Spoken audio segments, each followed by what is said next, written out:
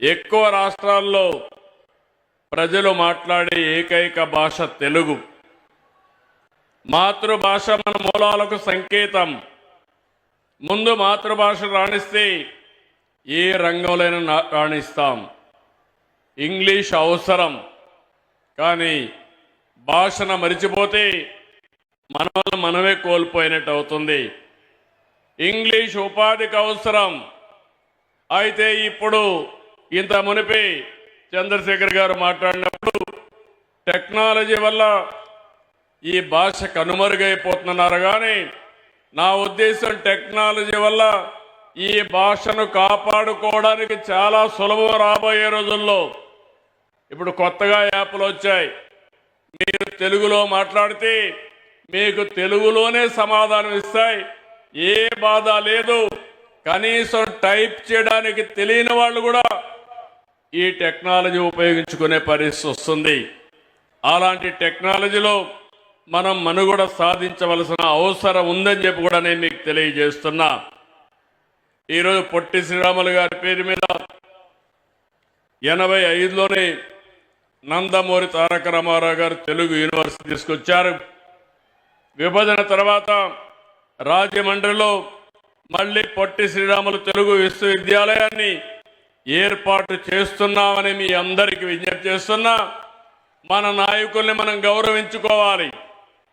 త్యాగాలు చేసిన త్యాగధనులను గుర్తుపెట్టుకుంటే అది స్ఫూర్తిదాయకంగా ఉంటుంది.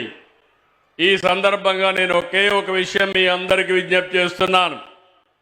ఈరోజు నందమూరి తారక రామారావు గారు ఆత్మ గౌరవంతో ముందుకు పోయారు. తెలుగు జాతి ఉన్నంత వరకు గుర్తుపెట్టుకునే ఏకైక నాయకుడు నందమూరి తారక రామారావు గారు. ఇందులో అనుమానమే లేదు. ఎన్టీ రామారావు గారు ఆత్మ గౌరవాన్ని ప్రబోధిస్తే నేను వచ్చిన తర్వాత ఆత్మ గౌరవంతో సమానంగా ఆత్మవిశ్వాసంతో ముందు పోమని ఒక పిలుపిచ్చాను.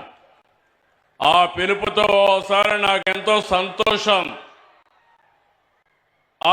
తెలుగు ఒకసారి చూస్తే తెలుగు మీద మీ మీద నాకు ఎంత గౌరవం ఉందంటే, నా జీవితంలో ఏ రాజకీయ నాయకుడికి జరగనటువంటి గౌరవం మీరు నాకు ఇచ్చారంటే నా జీవితాంతం మీకు తెలుగు వారికి రుణపడి ఉంటానని మరొకసారి మీ అందరికీ విజ్ఞప్తి చేస్తున్నారు. సమైక్య ఆంధ్రప్రదేశ్లో 9.5 సంవత్సరాలు ముఖ్యమంత్రి, 10 సంవత్సరాలు అపోజిషన్ లీడర్ని, ఇక్కడ మళ్ళీ రెండోసారి ముఖ్యమంత్రి. ఈ గౌరవం ఎవ్వరికి రాలేదు. ఆ గౌరవాన్ని మీరు ఇవ్వగలిగారు. ఈరోజు నేను ఒకటే మీ అందరికీ శాశ్వతంగా తెలుగు జాతికి నేను రుణపడి ఉంటాను.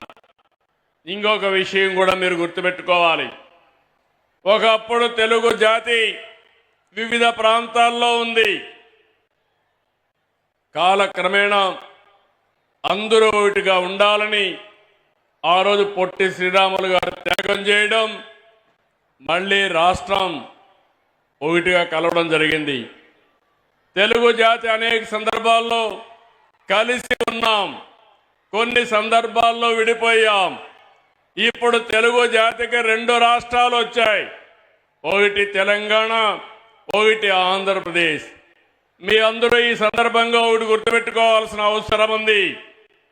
ఆ రోజు నేను ఆలోచించాను, తెలుగు జాతి నాలెడ్జ్ ఎకానమీలో ముందుండాలని 30 సంవత్సరాల కంటే ముందు ఆలోచించి సైబరాబాద్ సిటీ నిర్మాణం చేసి ఐటీకి ప్రాధాన్యత ఇస్తే ఒక్క నిర్ణయం ఈరోజు ప్రపంచం మొత్తం తెలుగువారు అతి ఎక్కువ పర్ క్యాపిటల్ ఇన్కమ్ సాధిస్తున్నారంటే అది తెలుగువాడి సత్తా అని మరొక్కసారి మీ అందరికీ విజ్ఞప్తి చేస్తున్నాను.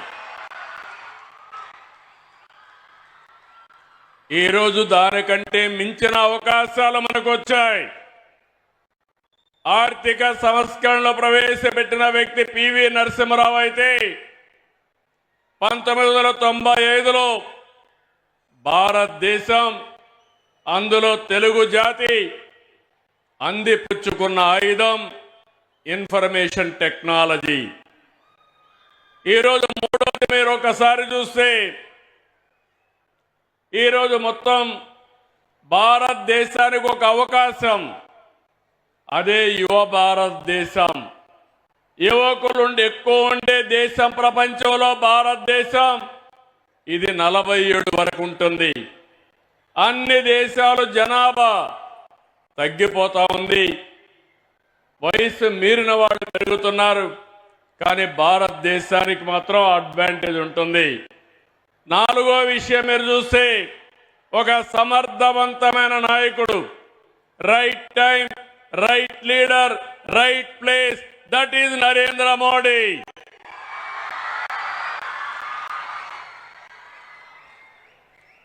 ప్రధానమంత్రి గారు వికసిత్ భారత్ పెట్టి 2047కి భారతదేశాన్ని నెంబర్ 1 స్థానంలో చేర్చాలని, ప్రపంచమంతా భారతీయులు నెంబర్ 1గా ఉండాలని ఆయన కోరిక.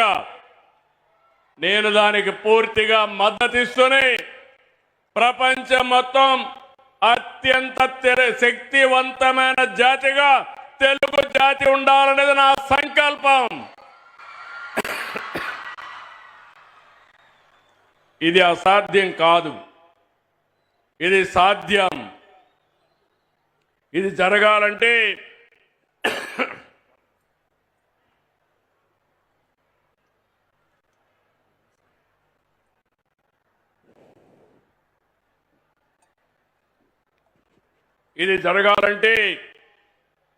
మనలో ఐకమత్యం కూడా పెరగాల్సిన అవసరం ఉంది. ఈరోజు మనకు 2 రాష్ట్రాలున్నా తెలుగు మనకు మాతృభాష. కలిసి ఉంటే ఎన్నో సమస్యలు పరిష్కారం చేసుకుంటూ ముందుకు పోయే పరిస్థితి వస్తుంది. నేను ముందే చెప్పాను, 30 ఏళ్లకు మునుపు ఎన్టీ రామారావు గారు ముఖ్యమంత్రి అయిన తర్వాతనే నాగార్ సాగర్లో ఉండే ఏదైతే కృష్ణా జలాల్ని ఆ రోజు ఆంధ్రప్రదేశ్కు ఉపయోగించుకోవాలని ఒక పక్క ఎస్ఎల్బీసీ తీసుకొచ్చి, ఇంకో పక్క ఎస్ఆర్బీసీ తీసుకొచ్చి సాగునీటికి దారి చూపించిన ఏకైక నాయకుడు నందమూరి తారక రామారావు గారు. ఆ తర్వాత మీరు ఒక్కసారి చూస్తే, నేను కల్వకుర్తి లిఫ్ట్ ఇరిగేషన్ కానీ, ఏఎంఆర్ ఎత్తిపోతుగల పథకం కానీ, నెట్టింపాడు కానీ, ఇవన్నీ కూడా పూర్తి చేశాం కృష్ణా పైన తెలంగాణ ప్రాంతంలో. ఇంకో పక్క కృష్ణా డెల్టా మోడర్నైజేషన్ పేరుతో 20 టీఎంసీ నీళ్లు పొదుపు చేసి ఆ నీటిని తెలంగాణకు కేటాయించి భీమా లిఫ్ట్ ఇరిగేషన్ కూడా పూర్తి చేశాం. ఇంకో పక్క మీరు చూస్తే గోదావరి నదిపై గుప్తా, ఆలీసాగర్, ఇంకో పక్క దేవాదులు ఎత్తిపోతు పథకాలు కూడా చేపట్టాం.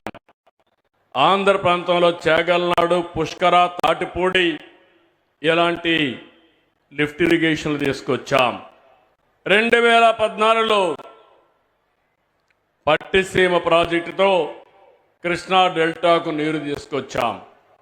ఆంధ్రప్రదేశ్ కలిసి ఉన్నప్పుడు హైదరాబాద్ ఒక నాలెడ్జ్ ఎకానమీగా తయారు చేసేసరికి మనం ఫౌండేషన్ ఇస్తే, విభజన జరిగిన తర్వాత హైదరాబాద్ తెలంగాణకు వెళ్ళిందని కొత్త రాజధాని అమరావతి, అదే సమయంలో పోలవరానికి మన చట్టంలో ప్రత్యేక నిధులు, ప్రత్యేకమైన హక్కు కల్పించే పరిస్థితికి వచ్చారు.